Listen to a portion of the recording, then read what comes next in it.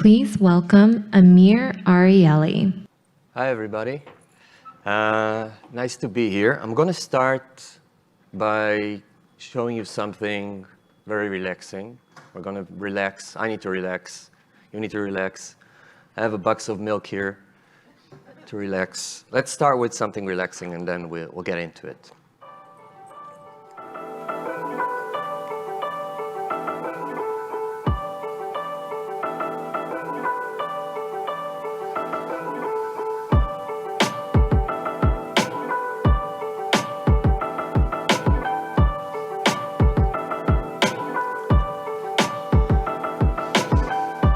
So hopefully some of you recognize this trend that completely exploded on YouTube in the past few years. It's called Lo-Fi Girl. But this isn't one of those videos. This is actually a commercial for Nissan that's 4 hours long, where they played into this trend and just created a pre-roll that's 4 hours of this Lo-Fi girl driving the new Ariya, and it exploded. It completely exploded. And the best thing about, the results are the comments. I think it's always the best part. Like, that's the thing where you really read something and you go, this worked. People got it. So I urge you to go in and read it. I'm not going to read this one for you, but it was really incredible to see. For me, it's always so encouraging to see that people get it. When we don't try and aim at the lowest point that everybody will get, and we just do whatever we would like to see, they get it. So that's one example, and it's just to kind of start us off on this presentation that I'm going to share with you today about the future of storytelling, and it's powered by AI. So we're going to talk a lot about AI, but we're going to talk a lot about storytelling and what's happening to storytelling. And we've been through a huge roller coaster, but it's going in a really good direction. So I'll start by introducing myself. My name is Amir Ariely. I work at Google. My job at Google is leading innovation for the creative team, the global creative team. I moved to New York 6 months ago from Tel Aviv, where I led the creative team there for 9 years, working with a lot of startups, tech companies. Very happy to be here. And my baby here, my project is called Dream Ads. And Dream Ads is a new project at Google. A lot of people at Google still don't know it. It's very young. And it's about the future of ads. We are working together with engineers and with our top clients, a very small amount of our top clients, to try and imagine where advertising can go, what kind of tools do we need, what kind of formats are missing, and really help speed track innovation for ads. And we have a lot to play with. I've been the past 6 months really researching and talking to a lot of teams at Google that I usually didn't get to talk to, that really do the most amazing things. The BART team and the Imagen team, text to image, and the Universal Translator team that does AI voiceover, and so many more things that we want to bring into the ad space. And that's kind of my day-to-day role in the global creative team. But AI is not just about generative and the flashy stuff. We've been working with AI for the past 6 years, and it's always been mind-blowing to me. I think now we're sort of seeing it. It sort of exploded above, so everybody can see what is AI, but it's actually embedded into everything Google for the past 6 years. And one of the things that we have been using as a creative team, we've been using AI, is to try and better understand ads. And this year was really the first year where we could do that at the largest scale ever. And before the Cannes Lions Festival, we actually ran a model on all the ads that ran on YouTube in the past year. And we compared it to previous years. And it's the first time we've done something like this. And when you think about what I'm trying to say is what can AI do? So one, we can leverage all the research and sort of see which ads work better. But then we can also try and identify what was in the ad. What kind of people played in the ad? Was it humorous? What kind of music? How long was it? Many different things that we can now look at scale. And I'm going to share with you what we found out this year. We called it Year in Ads. And it was very interesting. One of the first things the machine picked up was colors. And we saw this year that the colors that ruled ads were pinks and purples. And that sort of kept connecting into this interesting narrative of positivity. We called it super fun. And it seemed like the ad industry was really trying to lift the spirits of everybody after COVID, because when we compared it to the ads that ran the previous 2 years, it was exactly the opposite. And this year we've seen these pinks and purples, but we've also seen a lot of musicals and humor, but really silly humor, a lot of it. And we've seen people together, a lot of groups. So really like we just had enough of being alone. We had enough of COVID. We have enough of indoors. And we just wanted to go out and basically sing and be happy together. And ads played a big part in that. The other thing that we could see that was really interesting was the diversity piece. And I know it's a really big topic here. I'm still trying to get used to the way you guys talk about it and think about it here, I think. And we've looked at this at ads, and we've seen that on the surface, there was a big improvement. And you guys know it. I mean, you see the ads, but we all see the ads and we feel it, like it's fake, you know what I mean? Like you see the people in the room thinking about, let's get somebody looks a bit different. And so we've seen that. But the things that sort of showed us that there's still a lot of way to go and a lot of opportunity is the fact that all of this diversity, especially with women, was focused on traditional roles. So we've seen many more women in ads, for example, but still traditional roles. So that's just one indicator to that feeling that we all sort of feel. When a brand actually does that, like what we've just seen, we feel it. And there's still so much opportunity. The other place where there's still opportunity is sustainability stories, which we haven't really seen a lot of. And what we have seen is that audiences want them, and they're interested. But not a lot of brands play into it. It's hard to play into it because you actually have to do something, but there is an opportunity there, and it's an increasingly important subject. And lastly, but for me, to be honest, the most interesting part is this part. It's the fact that ads broke out of the normal format this year. Everything exploded. What we've known, the 30-second format, landscape was completely destroyed this year. Many thanks to one of the sponsors here, TikTok, which completely exploded with this new format. And then we launched Shorts, which was a huge success as well. But it's not only that. It's not only that format. The most amazing thing is that ads actually got deeper, richer, and longer. Out of those 22 million ads that we looked at, the best performing ones, 60% of them were longer than 1 minute. Longer than 1 minute. Now, it's not just that they're long. For us, it's really interesting because it means that they were built for digital. They were built with digital in mind first. And the most interesting thing is the opportunity that opens up. When you go above 1 minute, the stories that you can tell are infinite. There's so much more opportunity, and I'll get into it a little bit more. Lastly, and that's kind of another positive thing that happened, which is interesting, and maybe it connects to Gen Z. We'll talk about it again a little bit more later. People were searching for ads more than previous years. So people are looking for ads. This is increasing, and I think this is a very positive thing. If somebody goes out and searches for an ad, we've done something right. Okay, let's take a step back.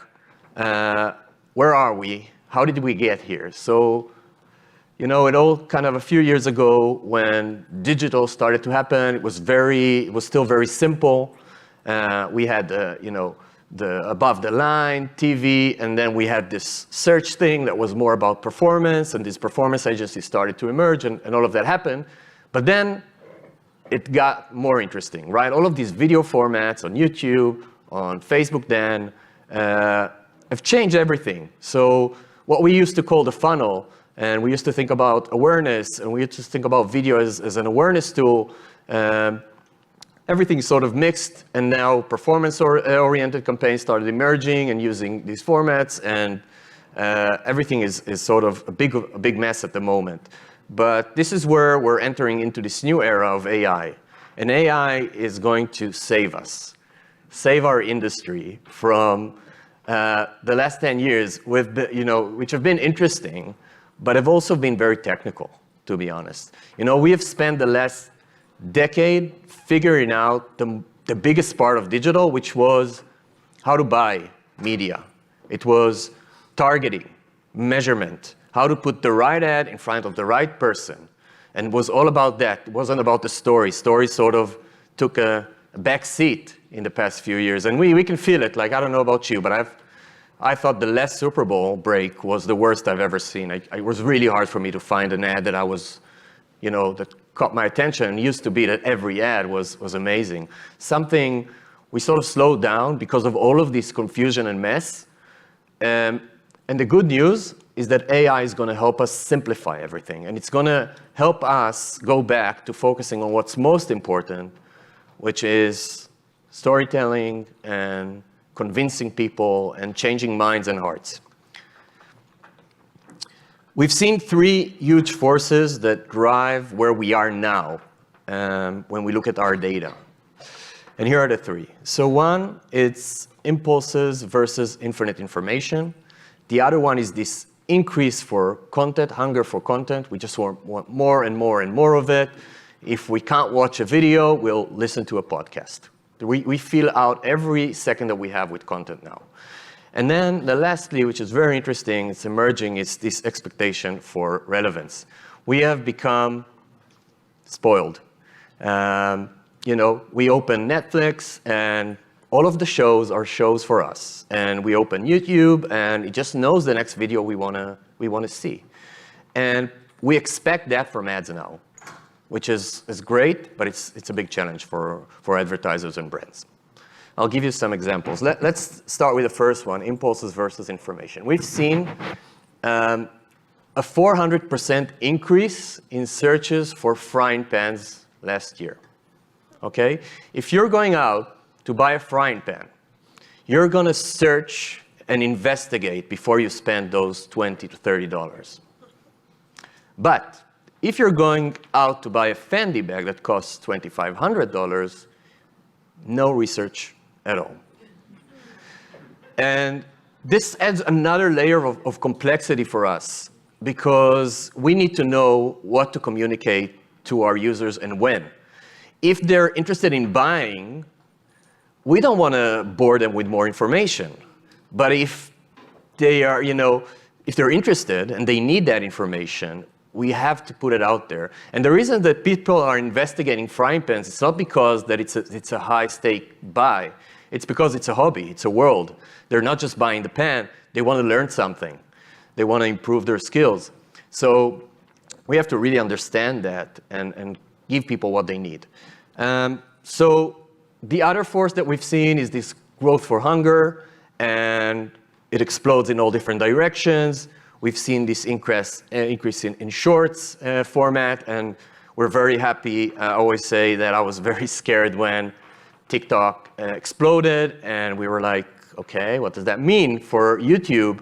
But luckily, Shorts has been amazing for us, and it's now actually surpassing TikTok, just Shorts in the size, and we're seeing a lot of big opportunities there. But that's a format to acknowledge. Yeah, Shorts is bigger than TikTok. I've seen some people whispering, is that true?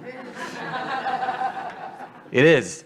We are actually, and I hope they have a talk later, and maybe they can give some more numbers.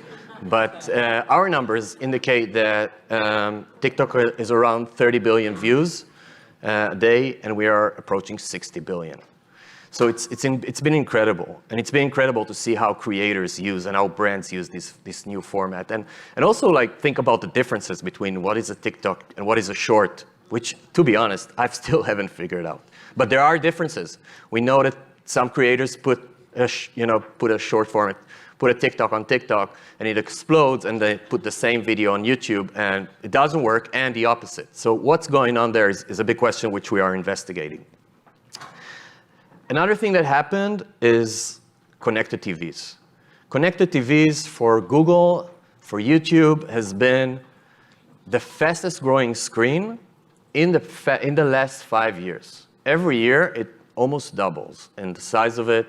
You all know it. You all watch YouTube on TV, and it's great, and it's another surface for us.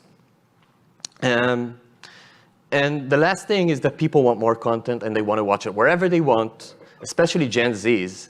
They don't care. They don't make these differences. We're talking about CTV and shorts and long form and short form. They don't think about it like that. They just want to watch whatever they want to watch, whenever they want to watch it, and they don't think about it. They love the fact that they can move. And I think like all of us, we like the fact that we can watch something on our phone now and then continue and watch it on our TV. And then if we want something short, we have it. We love that thing, and Gen Zs love it, and they love moving in between those formats, and they expect the ads to be the same.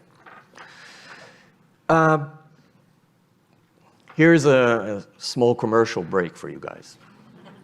YouTube is the only place where all of these behaviors are actually possible, right? It's very simple. We're the biggest, okay? It's mainstream now. It's not that platform for kids anymore.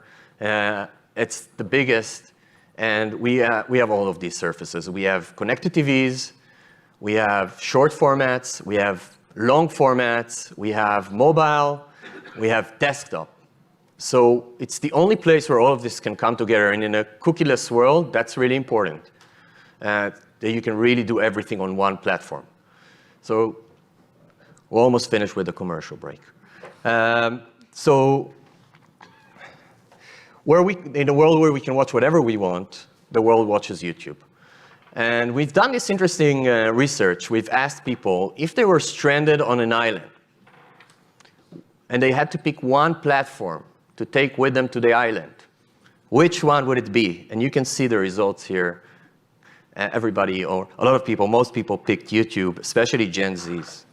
But I think we sort of cheated here, because probably the only platform that you can actually use to get off the island. But still. So YouTube has all of these formats to offer. We have a feed now. We don't really, I think, do great marketing for how big this feed is. But people are coming to YouTube now without knowing exactly what they want to watch. That's a behavior that completely shifted. They come in to discover, and they go through our feed, and they watch us on all of these platforms. And a way to really take advantage of YouTube now is to just be really good at all of these formats and give us all of these formats or upload all of these formats, especially for AI. It's really, really important. The funnel, this concept is shifting. I've heard a lot of different ways to say it, but I think that it doesn't really exist in the way it's not linear anymore. We've seen this in the Fendi case. People, they don't go through these journeys now. We see these small brands, they do one ad, and you're like, that's an interesting brand, and they convince you, and you start. So we're discovering new brands really quickly now, and we make decisions our way. We can really research, we can know the truth about something before we choose it, and we can do whatever we want. And that makes our lives a little bit complicated, but with AI, what we need to do in order to make the most out of this is to really create all of these different formats, and basically, instead of building a campaign, build a library. Build a library of assets for all of your different audiences, for all of these different moments. And it will be impossible to really make use of that huge library without AI. AI is able to take these assets and put them in front of the right people at the right time in a way that we have never been able to do before. It's something that, I've seen the data. I've seen how it started with AI. It always starts really bad. Like if you've ever seen, those videos about how AI learns to play a game, it usually sucks. And it's like a stupid, kid starts to play and everything, it misses everything, but then it starts understanding the game, and then it starts being really good at the game, and then it reinvents the game, and it hacks the game completely. So, and this is what's happening with media buying now. AI is able, without us even understanding how, to figure out the right moment and the right piece of assets to put in front of a person so we can make a decision. It has all the data in the world to build that knowledge. But what we have to do is give it that library. Because if it doesn't have that asset, you're going to miss that moment.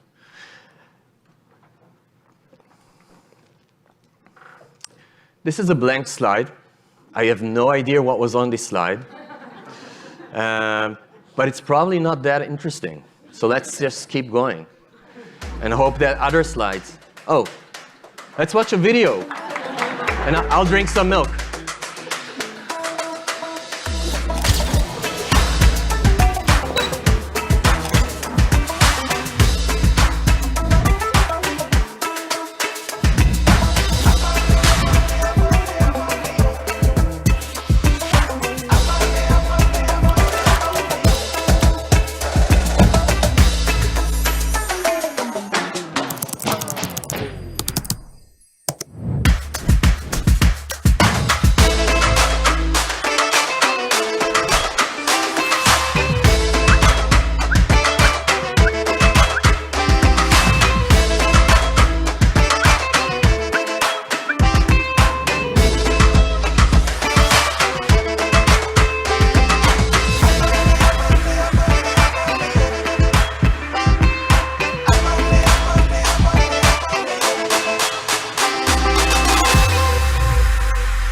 Sosa cat Food. Good for your cat. Buena para el planeta.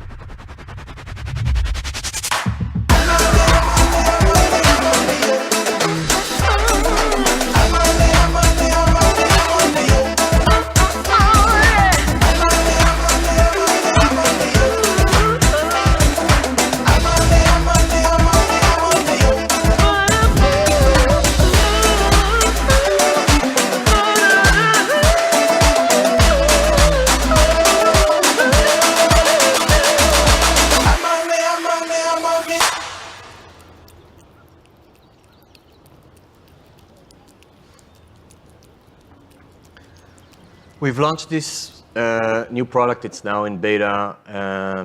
Left GML, which is our marketing convention, and it's here to help us solve for what I just mentioned. How can we create all of this library, right, at the scale that we want to? It has to be AI, and this is where AI can really come and help us. And just to kind of show you that we're not just pushing you guys to do it, but we're doing it ourselves. Our marketing team is actually, this is a quote from their director, have moved from having between 20 to 25 ads, which is already like impressive, to 40,000 different assets per campaign. And this is where we're going. This is where we're going. These are the amounts of moments and assets that AI needs in order to really make the most out of what it can do. So with automation taking over and helping with media buying, the last driver, the most important driver is what we actually put inside of these ads, is the creative piece.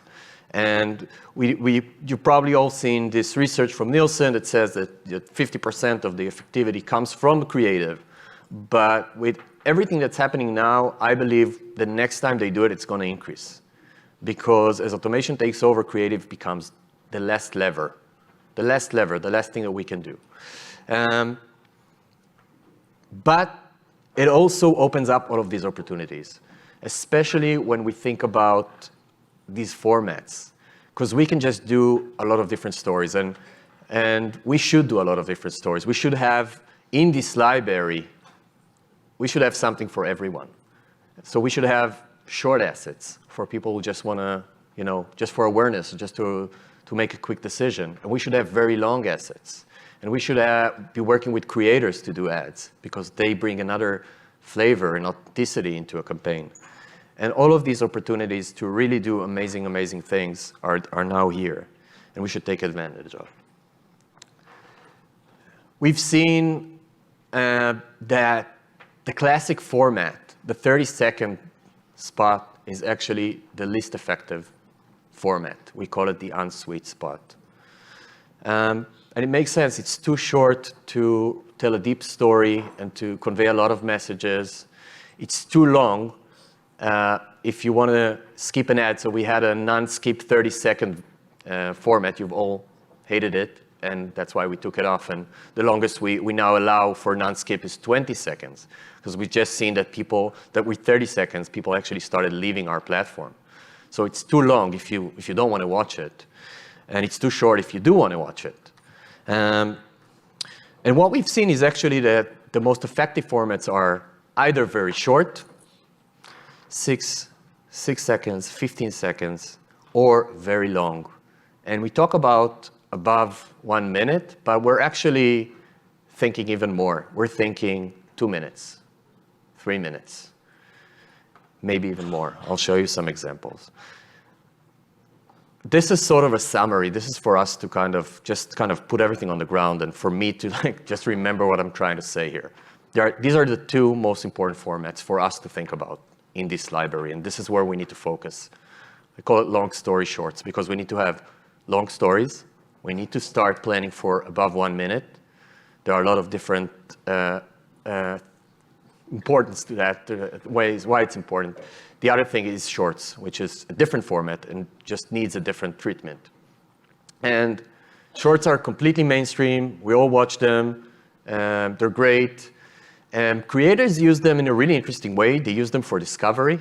So creators have found, and a lot of sort of stars emerged out of TikTok, but was very hard for them to then monetize. So I'm a creator on TikTok, and I just got 1 billion views for something. That's amazing, but I got no money for it.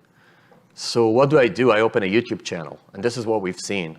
So, and we've seen the same behavior with shorts, because there are so many people there, it's so quick, there's a lot of room to be discovered. So people get discovered there, and then they monetize through YouTube. So they take you to their channel if you want to learn more. It's like a teaser, it's like a trailer to more content. But they can also do more. We've seen that this format, because it can go up to 1 minute, actually can work across all of the funnel. It can drive awareness, it can drive consideration, and it can drive purchase. It's clickable. So all of these is the opportunity of shorts. The biggest and most misunderstood format is long ads. And I see this every time. You guys are we're on the same sort of side, I think. But when I show this to clients and I go, you have to do longer ads, they all roll their eyes. And I don't blame them. I mean, we all think that ads generally suck, and now we're asking you to make longer ads. So that's not the point. We're not asking you to make terrible long ads. We're asking you to not make ads. That's what we're asking you. We're asking you, when you have 2 minutes or 3 minutes, you don't have to make an ad. You don't have to scram everything like a salesperson into 30 seconds and shout at people. You can actually do different things, and we've seen the Nissan thing. I'll show you a few more examples. This is the most effective format at driving change, awareness, consideration, and really build love for brands. And it opens up a lot of creative opportunities, right? You can actually do a full music video, which we've seen. You can have a full product review. We've seen that people, you all know this, before you buy a car, you have to investigate, you have to research. And people want to go on YouTube and watch a full review. They don't mind watching a 30-minute review on the car they want to buy, because they need that information. So it just opens up all the possibilities to not do ads, to start making content. The sweet spot we found between 2 to 3 minutes. The most effective ads I've created were about 2 minutes, 30 seconds, 3 minutes, most effective. We also have a new AI tool to help you, to help people watch these formats. So our video view campaigns increase views. We know how to find people who are in the mood to watch and put those assets in front of them, and that increases ROI and watch and all of that. I'm getting closer to the end. I just want to show you that the biggest brands are there. Okay, you see that, Nike, they do very long ads. Apple, it's very hard to find an ad of Apple that is, not longer than 1 minute and even more.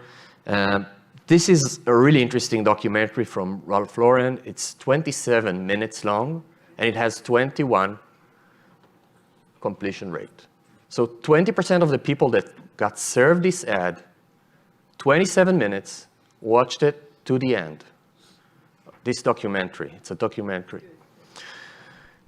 And I'm going to finish with one of my favorite sort of campaigns. I don't know if you know the Underdogs from Apple, but they actually started, turning their commercial into a series with characters. And this is, I think, the third. It came out about 2 weeks ago. And it's 8 minutes long, so we're not going to watch all of it, but let's watch a little bit and finish with that. Morning, guys! It's the big day. Where are you? Where are we? Where's the presentation? I thought the meeting was at 10. It is. I just got here a little early, put the finishing touches. You were meant to send it on Friday. Did you share the presentation yet? I am about to share it. Wow, is that their office? Oh, yes. Check this out. It's ginormous. That's like 100 floors. Great, now I'm even more nervous. Guys, this is a game changer, okay? We're gonna crush this meeting. So don't be late, and Dave, don't wear cargo shorts. I'm changing. Guys, I gotta go. My Mac. The presentation. Yeah, boy! Easy money! I know it's painful to stop here, but the reason I'm doing it is because now you all want to watch it. And it's just to prove to you that when you do good work, it doesn't matter that it's an ad. It doesn't matter. We don't care. We want good content. We know good when we see it. We don't want ads. And I think that's bravery. So thank you so much. It's been great.